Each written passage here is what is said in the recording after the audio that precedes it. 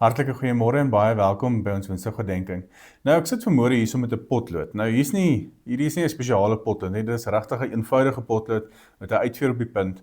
En ek sit en dink terwyl ek nou voorberei het vir hierdie oordenking om wat met julle regtig te deel en 'n gedagte het by my opgekom dat hierdie potlood het die potensiaal om werklik enigiets te doen, om te skryf, om mooi gedigte te skryf, om mooi te teken, om kunswerk te doen.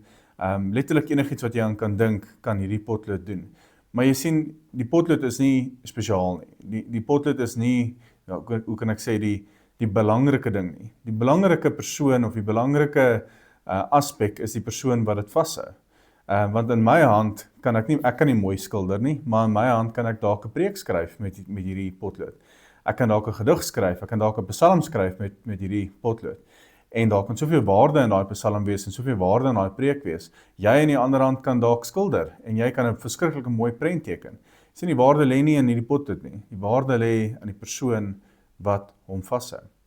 My vraag aan jou vanmôre is, wie hou jou vas? Wie hou jou vas?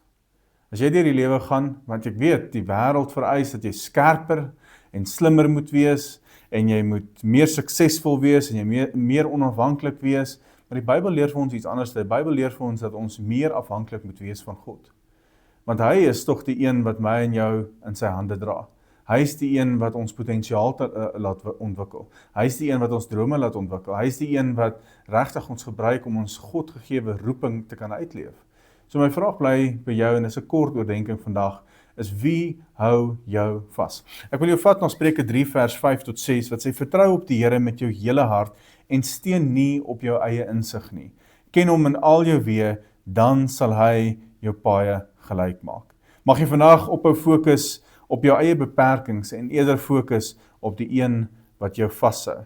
Want 'n lewe in God se hande kan baie meer bereik as 'n lewe in jou eie hande. Mag die Here jou seën en mag jy 'n super lekker dag hê. Totsiens.